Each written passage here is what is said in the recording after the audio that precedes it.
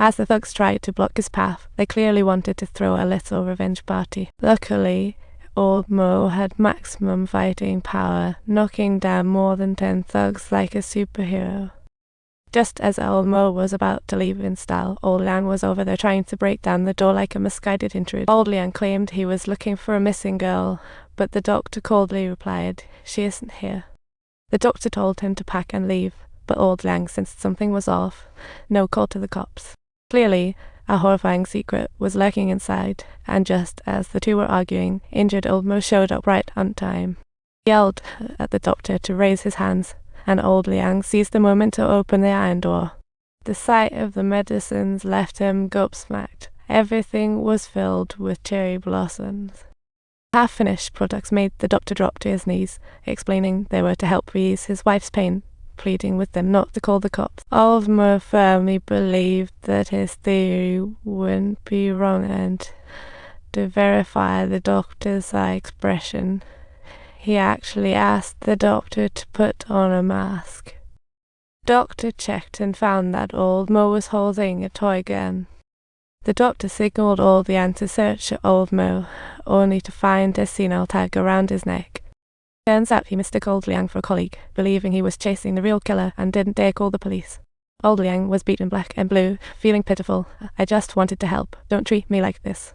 To make up for his inner guilt, flashes of old quiz words crossed Old Liang's mind on his way home. After hearing Old Han disappeared last night, he decided to visit at night. Meanwhile, Officer Lai was also driving to Old Han's house like a determined warrior. Old Liang arrived first, and the room was in such disarray it looked like a mini tornado had hit.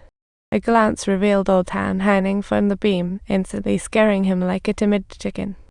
He hurriedly dashed outside, noticing a barely breathing puppy, causing his heart to tighten. The puppy fiercely defended its owner, having bitten a hole in the killer's pants. Old Liang remembered he once made a key for a gentleman, matching it with a tear in the pants.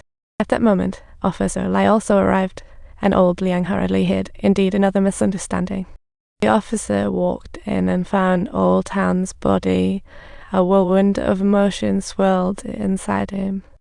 Upon hearing the roar of a motorcycle, Officer Lai promptly chased outside as Old Liang returned to the area where he used to pick locks.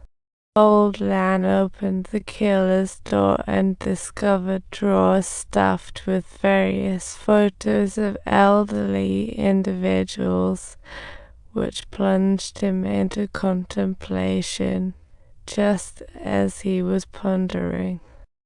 He heard footsteps head behind the wardrobe, realizing it was Officer Lai following. Officer Lai pulled out handcuffs and restrained Old Liang, noticing the bruised elders in the photos and realizing the gravity of the situation. It was then he believed Old Liang, finding a killer's badge named Xiao Shuai in the drawer. The two followed the address and the badge to Xiao Shuai's workplace, gearing up to catch him. At that moment, Old Liang stealthily entered the basement, seeing Xiao Shuai flirting Lucky. However, Xiao Shuai simply pushed Old Liang down, instantly creating an awkward power dynamic. Just then, Officer Lai arrived tattooed up, only to find he wasn't a match for Xiao Shuai. Seeing Xiao Shuai flee, Old Liang chased after him with all his might, like an action scene. Xiao Shuai felt lucky to escape, but in the next second, he was knocked out cold. When Old Liang arrived, Xiao Shuai was lying there barely hanging on, asking about Xiao Mei's whereabouts. Xiao Shuai shook his head, saying he didn't kidnap Xiao Mei, then fell into a whirlpool of memories. He did kill those elders, pretending to mimic the killer from 30 years ago to clear his name. Xiao Shuai had his eyes set on Xiao Mei long ago, only to find someone had jumped the gun. Looks like the one who knocked out Xiao Shuai must be the suspect who kidnapped Xiao Mei, he pondered. As Xiao Shuai's murder was solved, residents realized they might have misunderstood Old Liang. Later, Old Liang reported to the police, believing the killer from 30 years ago had returned. But the police said the murderer from 30 years ago had turned into an old man and asked how he could kidnap a little girl. Faced with Old Liang's explanation, the police disbelieved him and kicked him out. How ridiculous. Left with no choice, Old Liang sought the boss lady to confirm the killer's description. He had to save Xiao Mei. Although he didn't want to dig up old wounds, he had no choice for Xiao Mei's sake. Boss Lady couldn't recall the killer's face, only the fragrance and extra finger. With the killer's traits in mind, old Liang visited old Mo in hospital for a lead. Old Mo occasionally woke up and sometimes was confused, mistaking old Liang for colleague old Q yet again. However, this time old Liang decided to play a little trick and asked the doctor to take his pulse. The scar on the doctor's finger, he identified the killer. Why, doctor, too deep in the game. The doctor saw his identity exposed and promptly knocked out old Liang, dragging him into a hidden room. Xiao Mei desperately bumped against the shelves, startling old Liang. She wanted to speak but couldn't make a sound.